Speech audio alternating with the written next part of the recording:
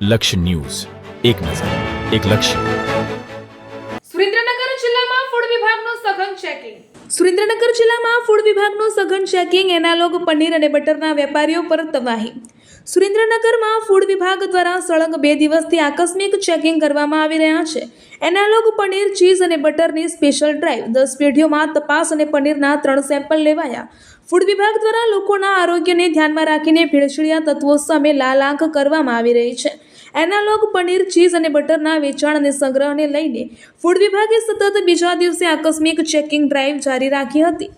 આ special drive અંતર્ગત શહેરના વિવિધ restaurant, manufacturing unit, retail shop, wholesaler અને ડિસ્ટ્રીબ્યુટર સહિત કુલ 10 જેટલી પેઢીઓમાં સઘન ઇન્સ્પેક્શન હાથ ધરવામાં આવ્યું હતું. આ ચેકિંગ દરમિયાન શંકાસ્પદ જણાતા પનીરના 3 સેમ્પલ લેવામાં આવ્યા છે, જેને વધુ તપાસ માટે લેબોરેટરીમાં મોકલવામાં આવ્યા છે. ફૂડ વિભાગની આ કડક કાર્યવાહીથી નકલી અને ભેળસેળયુક્ત ખાદ્ય પદાર્થો વેચતા વેપારીઓમાં ફફડાટ ફેલાયો છે. રિપોર્ટર દેવમ ત્રિવેદી, સુરેન્દ્રનગર.